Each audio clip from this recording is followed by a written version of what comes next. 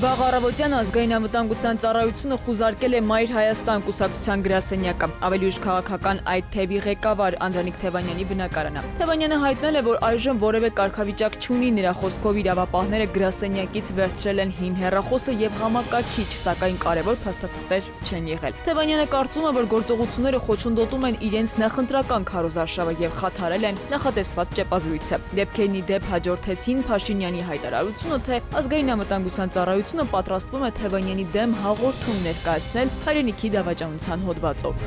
Ոստիկանությունը պահպանվող հատուկ տարածքներ է տեղափոխել վերջին զանգի միջոցառման մասնակից 129 տրանսպորտային միջոց, որոնցից 66-ի ղեկին եղել է անչափահասներ։ Ոստիկանությունից հաղորդել են միջոցառումների անվտանգությունն ապահովելու նպատակով տրանսպորտային միջոցները չվստահել անչափահասներին։ Հիշեցնում են, որ վերջին զանգի միջոցառումների անվտանգությունն ապահովելու նպատակով ոստիկանությունը հանրապետության ողջ տարածքում իրականացնում է ուժեղացված ծառայություն։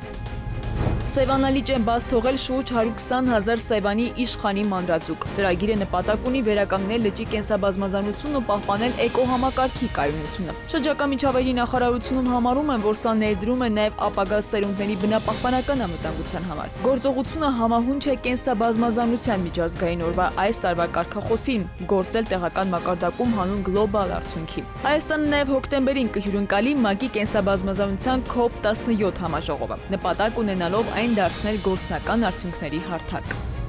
Քրեական ոստիկանները շրջանառությունից դուրս են բերել մոտ 4,5 կիլոգրամ մարիխուանա։ Հայտնում են ներքին գործերի նախարարությունից մայիսի 19-ին ժամը 17:45-ին Կոտայքի մարզի Զովունի գյուղի դիմացի դաշտամիջյան հատվածում ձերբակալվել են Hyundai Մակնիշի ավտոմեքենայի 46-ամյա վարորդն ու 72-ամյա ուղևորը։